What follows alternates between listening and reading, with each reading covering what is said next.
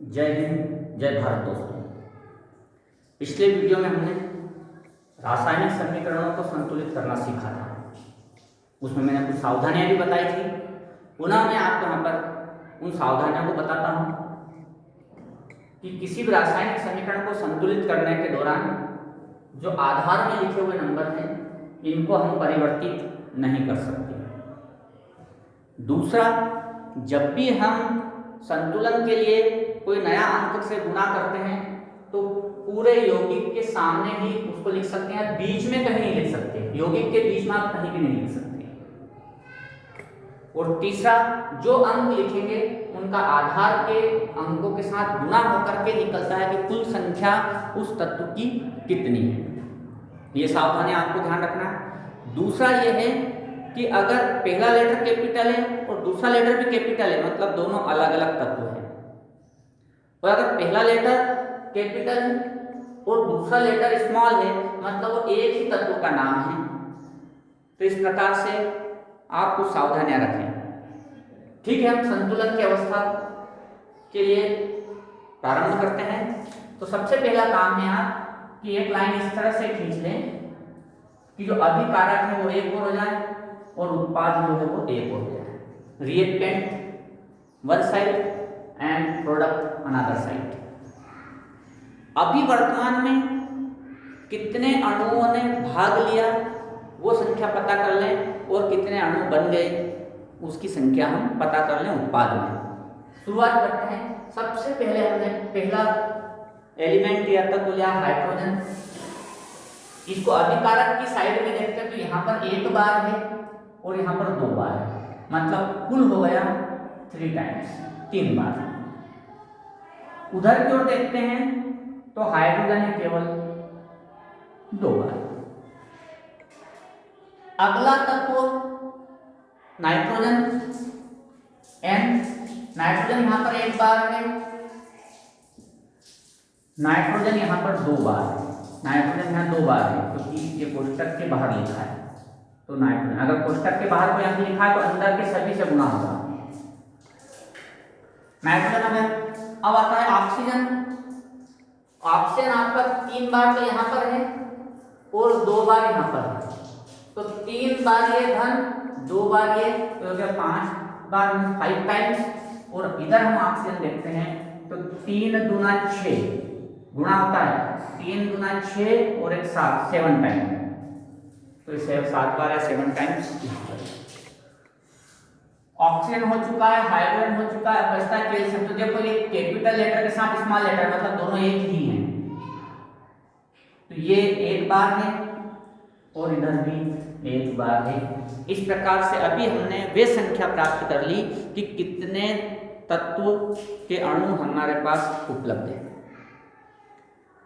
संतुलन की प्रक्रिया प्रारंभ करने में हम सबसे पहले जिसकी संख्या सर्वाधिक है उसको प्राथमिकता देते हैं, लेकिन कंपलसरी नहीं है कि उसी को हम हल करें, ये स्थिति पर निर्भर करता है। जैसे यहाँ पर देखें आप कि सर्वाधिक संख्या है हमारे पास ऑक्सीजन की 7, तो हम ऑक्सीजन में परिवर्तन करेंगे। जो ज्यादा को कम नहीं कर सकते लेकिन हम कम को बढ़ाएंगे। तो 5 में ऐसी कौन सी धनात्मक पूर्णांक संख्या है जिससे गुणा करें कि 7 आए? दशमलव वाली संख्या नहीं, रेशनल नंबर मतलब भिन्न वाली संख्या या परिमेय संख्या नहीं। तो ऐसी कोई संख्या है धनात्मक पूर्णांक नहीं जिससे गुणा करने पर 7 आ जाए, तो ये सर्वाधिक संख्या होने के बावजूद भी अभी हमें इसको छोड़ना पड़ेगा, हम इसको प्राथमिकता नहीं देंगे। इसके बाद सर्वाधिक संख्या किसके पास है? तो वह हाइड्रोजन के पास 3 और 2। यहाँ भी सेम समस्या है कि 2 में किससे गुणा करें कि 3 आ जाए, धनात्मक पूर्णांक ऐसा कोई अंक नहीं है, इसलिए अभी इसको भी प्राथमिकता नहीं देंगे। अब इनको छोड़ने के बाद सर्वाधिक संख्या कहाँ आती है? तो वो आती है नाइट्रोजन में। नाइट्रोजन में सर्वाधिक संख्या है 2। ज्यादा कम नहीं कर सकते, कम को बढ़ा सकते हैं। और ऐसा धनात्मक पूर्णांक है जिससे गुणा करने पर मुझे 2 मिल जाएगा, तो 2 एकम 2, मतलब अभिकारक की ओर नाइट्रोजन में 2 का गुणा करना है। ठीक है, तो नाइट्रोजन यहाँ पर है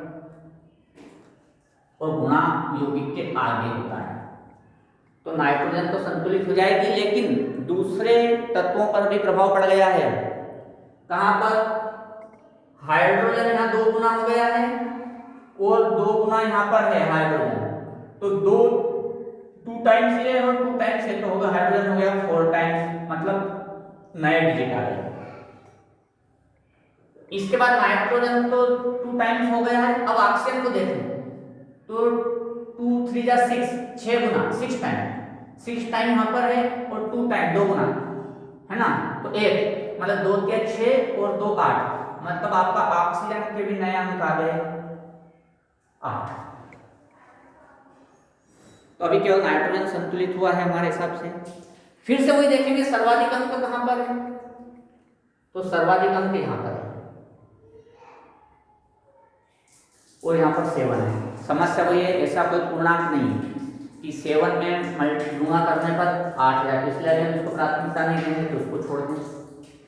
अब सर्वाधिक अंक आते हैं, इनके बाद हाइड्रोजन में 4, तो 4 इधर है और 2 इधर है, मतलब इधर बढ़ाना है, जो कम है उसको बढ़ा सकते हैं। और हमारे पास ऐसा नंबर है कि गुणा कर दिया तो 4 हो जाएगा, मतलब इस और हाइड्रोजन में 2 से गुणा करने पर। ऐसा करने से क्या होगा कि आपका हाइड्रोजन 4 बार तो हो गया, लेकिन ऑक्सीजन भी बदल जाएगा।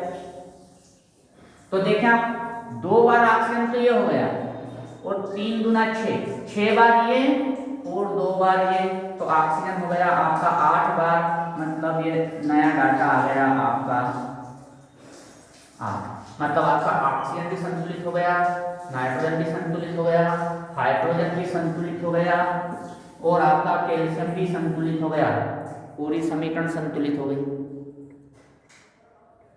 तो आपको सबसे पहले जो सर्वाधिक है इसको प्राथमिकता देनी है, लेकिन अगर वो कोई अंक ऐसा नहीं मिल रहा है कि बराबर हो जाए तो फिर दूसरे को प्राथमिकता देनी। इस प्रकार से आप समीकरणों को संतुलित कर सकते हैं। आशा है आपको ये विधि समझ में आई होगी।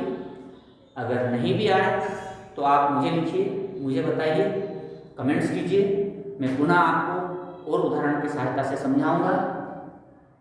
तो आप दोनों भाग देखें, समीकरण संतुलित का पहला भाग भी देखें और दूसरा भाग भी देखें, और इनको देखने के लिए मेरा चैनल गणित की चौपाल को सब्सक्राइब करें, जिससे कि आप मेरे गणित और विज्ञान से संबंधित कक्षा 9वीं और 10वीं के सारे वीडियो प्राप्त कर सकें। मैं पुनः आपके सम्मुख उपस्थित रहूँगा अगले नए विषय वस्तु के साथ। जय हिंद, जय भारत। तब तक आप मेरे इस समाधान को गौर से देखें।